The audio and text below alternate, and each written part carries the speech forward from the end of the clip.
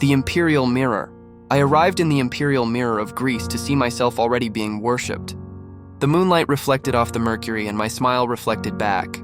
They call me Mercurius here, in the idea of Rome. The liquid silver pooled in the sacred basin, deeper than any natural reflection should allow.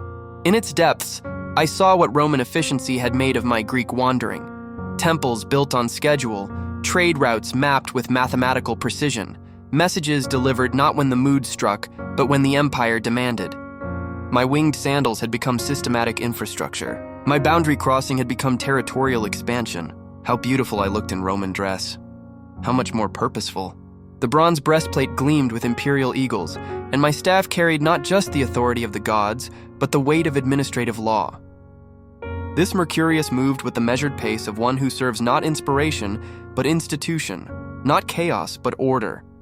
I knelt beside the basin, drawn by the perfection of what I had become without choosing it. The Romans had taken my essence and refined it through their particular genius for organization. What I had been, they had made systematic. What I had done by instinct, they had turned into policy. My reflection wavered as my breath disturbed the surface. Thoth's wisdom whispered calculations, the exact measurements of Roman roads, the precise schedules of message deliveries, the systematic cataloging of conquered territories. But this was beyond documentation. This was transformation into something more useful than mere knowledge. I lowered my lips to the surface and tasted myself as Rome had imagined me.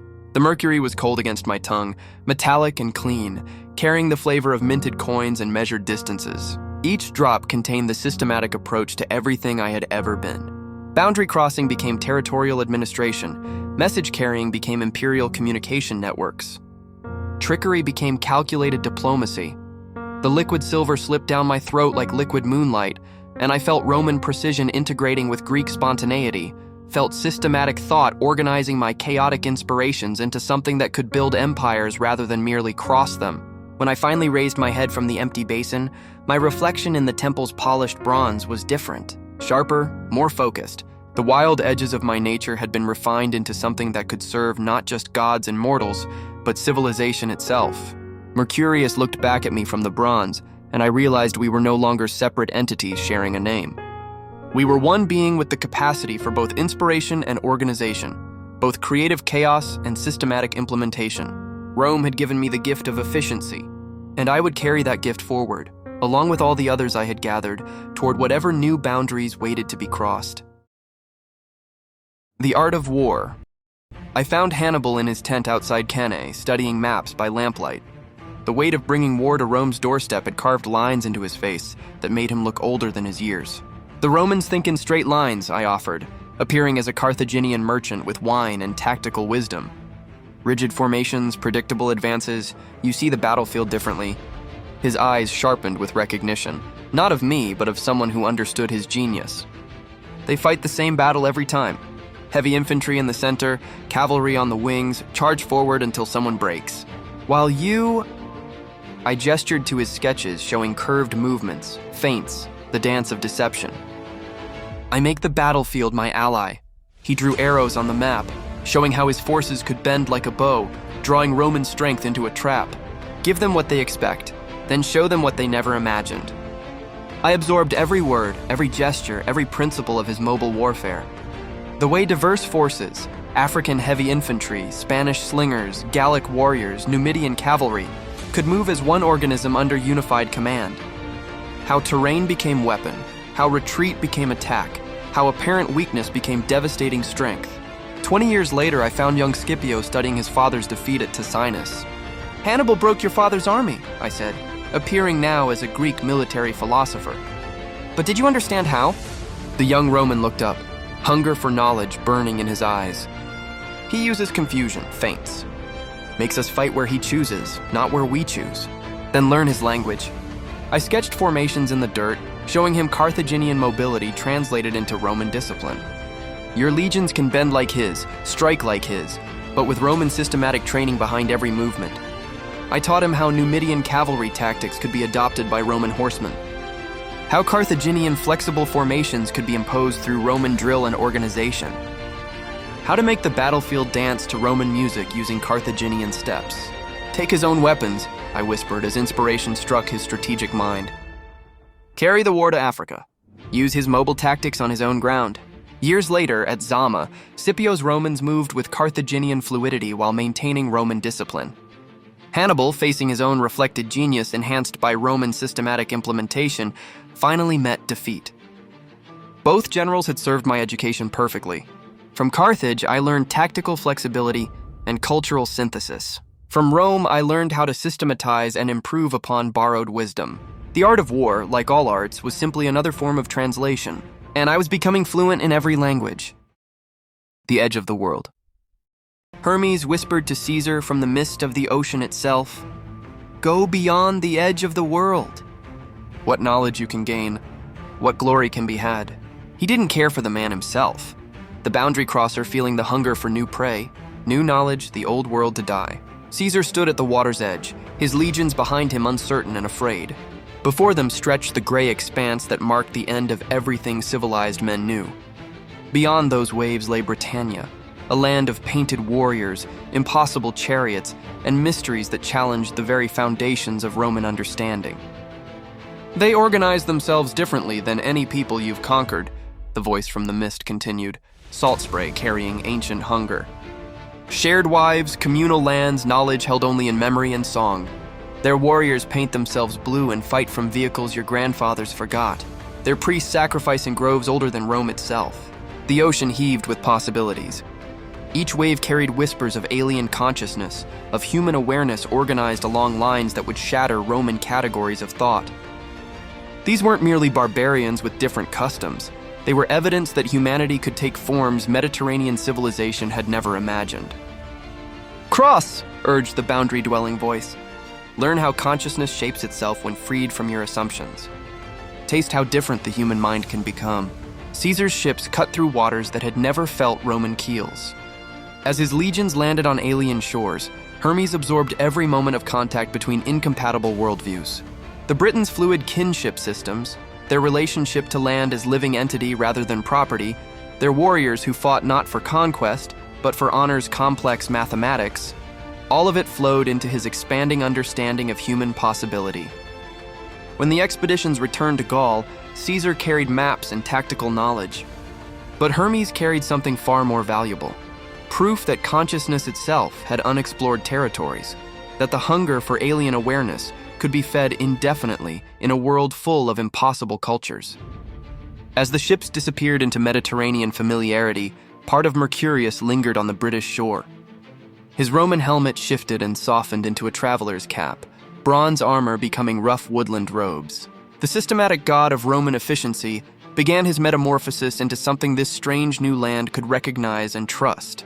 He contemplated what name would best serve in this place of mists and mysteries, of stone circles and salmon wisdom, something that could bridge the gap between Roman systematic knowledge and Celtic wild magic, something that could plant him deep in this culture's future stories.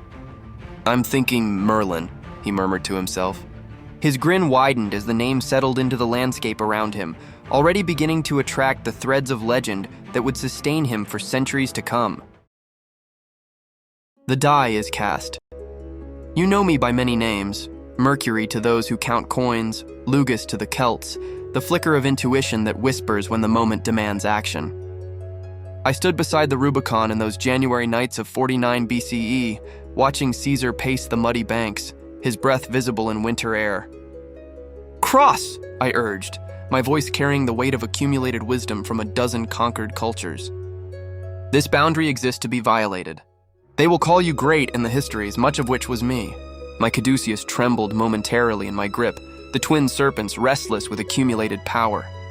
I tightened my hold and they settled, order restored with practiced ease. Just the weight of so much wisdom-seeking expression.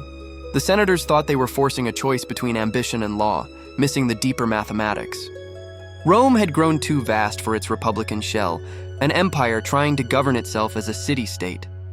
The contradiction was killing it slowly, like a serpent devouring its own tail. See how they devour themselves?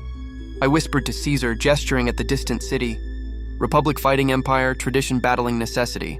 They consume their own foundations to survive. Caesar saw only immediate options: retreat to Gaul in disgrace, or march on Rome in defiance. But I see the longer pattern, the necessity that masquerades as choice. This boundary needed crossing not for Caesar's glory, but because Rome required transformation to survive what was coming. The barbarian migrations, the religious revolutions, the 1,000-year crucible that would forge European consciousness itself. My staff remained steady in my hands, the twin serpents now calm and purposeful. All that accumulated wisdom flowing in perfect harmony toward this moment of necessary transformation.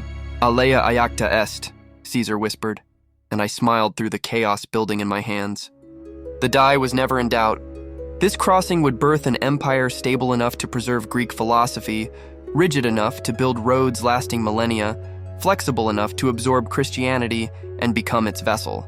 The Republic had to die so the empire could carry Mediterranean wisdom through the coming darkness, translate classical knowledge into medieval synthesis. Caesar crossed because someone had to. I was simply there to ensure the message reached its destination. The future itself waiting on the far shore of that shallow, iron-red stream that divided one world from the next. The art of cultural translation. The sacred groves burned with Roman efficiency. Suetonius had ordered every oak cut, every stone circle toppled, every place where druids gathered knowledge to be systematically destroyed. He thought he was eliminating British resistance. I knew he was forcing evolution. I found Taliesin at the crossroads stone, the ancient marker now blackened with soot from burning groves. Around him lay charred fragments of ogham sticks, centuries of accumulated wisdom reduced to cinders. On the crossroads, stone Taliesin wept. Our history, our wisdom. It loses its life when codified. I laughed, then appeared as a Celtic merchant with sympathetic eyes and Roman connections. But something new is always born from translation's breath. Look, your ogham scratches on sacred trees can become marks on parchment. Your oral traditions can become written manuscripts. What was tied to place becomes free to travel. I showed him how Celtic calculations could be disguised as Roman trade accounts on wax tablets, how healing formulas could be hidden in recipes, how the sacred geometry of stone circles could be encoded in architectural plans for Roman buildings. Everything is code to those who lack the key, I explained, watching understanding dawn in his ancient eyes. The Romans will archive everything, preserve it better than you ever could in vulnerable groves. They'll build libraries to protect what they don't even recognize as your wisdom. Taliesin traced ogham symbols in the ash with his finger. But if we hide it so well, how will our own people find it again? Because cultures don't die, they metamorphose. When the time comes for this knowledge to emerge again, when new boundaries need crossing, it will be there, waiting in Roman libraries, disguised as mundane records, ready to teach whoever has eyes to see. The Roman horn sounded in the distance. Suetonius was moving his legions east, satisfied with his day's destruction. I smiled and began to fade into the morning mist. Every ending is translation's beginning, I told Taliesin as I vanished. Your wisdom won't die today. It's just learning to speak Latin. Behind me, the druid began scratching symbols into a Roman wax tablet, encoding the songs of his ancestors in the language of their conquerors. The work of preservation through transformation had begun. I absorbed every symbol he wrote, every formula he disguised, every sacred practice he coded. The Romans would unknowingly preserve Celtic knowledge while I, the helpful translator, learned to read both alphabets, the visible Latin and the invisible ogham flowing beneath it. Another culture preserved, another wisdom tradition accessed, another boundary crossed through the art of beneficial translation.